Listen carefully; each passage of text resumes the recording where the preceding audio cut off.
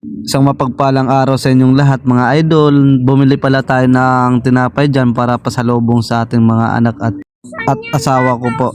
Mga idol, nandito na ako, papasok na tayo sa Eskinita papunta sa bahay namin. At maraming salamat pala sa Diyos dahil nakauwi tayo ng ligtas at walang naging problema.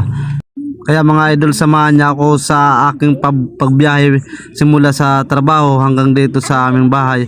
At maraming salamat din po pala sa mga nagsusuporta sa aking Facebook page. At sa mga hindi pa nakapalo sa aking page, please follow na po kayo at laging manood sa aking mga video. Kahit walang mga kwenta-kwentang video na to, at meron naman po tayo mapupulutan na aral dito. Mga idol, lang sarap umuwi sa bahay pag ganito yung mapasasalubong mo sa pagdating mo sa loob ng bahay niyo po mga idol. Kaya samahan niyo ako mga idol, sisain natin kung anong kaganapan dito.